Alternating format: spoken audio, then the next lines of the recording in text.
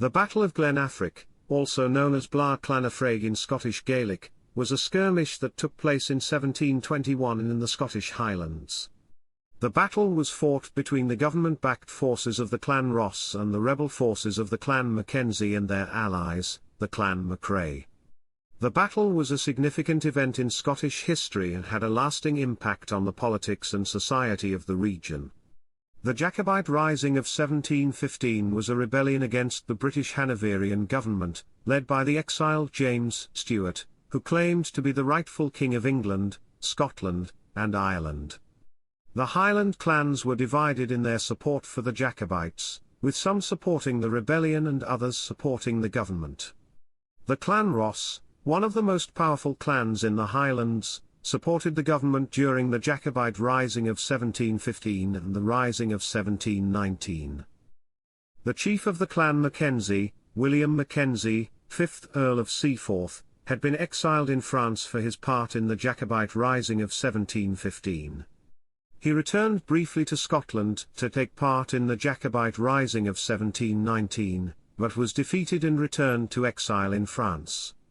In 1720, two members of the Clan Ross, William Ross, 6th of Easter Fern, and his brother Robert Ross, were appointed factors on the derivatives of Mackenzie of Seaforth, Chisholm, and Glenmoriston. The following year, in 1721, they set off on an expedition to collect rents on these derivatives. The Rosses set off from Inverness with 30 armed men, picking up a further 50 armed men from Bernera barracks. They were on their way to Mackenzie of Seaforth's lands in Kintail when they met 300 men of the Clan Mackenzie and their allies the Clan Macrae in Glen Affric. Historian Alan Mackenzie says that the Rosses were ambushed near Loch Affric. The Mackenzies and Macraes were commanded by Colonel Donald Murchison of Octyre and Lochalsh, who had been collecting rents and sending them to Mackenzie of Seaforth in France. A skirmish took place between the two sides, and the Rosses were outnumbered. William Ross of Easter Fern was the first to be wounded by shots fired at him from his right. However, he continued to give orders to his troops to advance and clear the ground of lurking clansmen.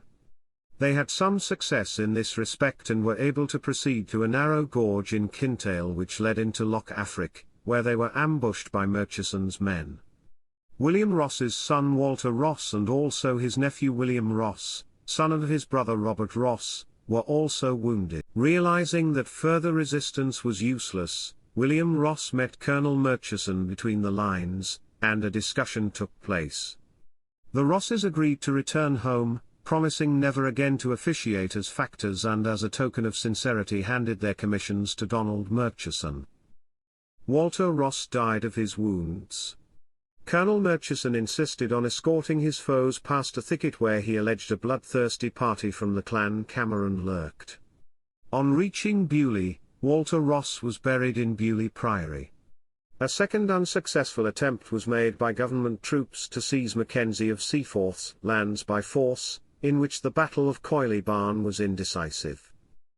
The Battle of Glen Affric had a lasting impact on the politics and society of the region.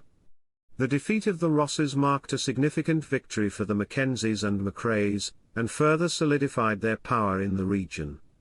The Mackenzies, in particular, had been a powerful force in the Highlands for centuries, and the Battle of Glen Affric served as a reminder of their strength and determination. The battle also had a lasting impact on the relations between the different clans in the Highlands. The Rosses had been one of the most powerful clans in the region, and their defeat at the hands of the Mackenzies and Macraes demonstrated the shifting balance of power in the Highlands.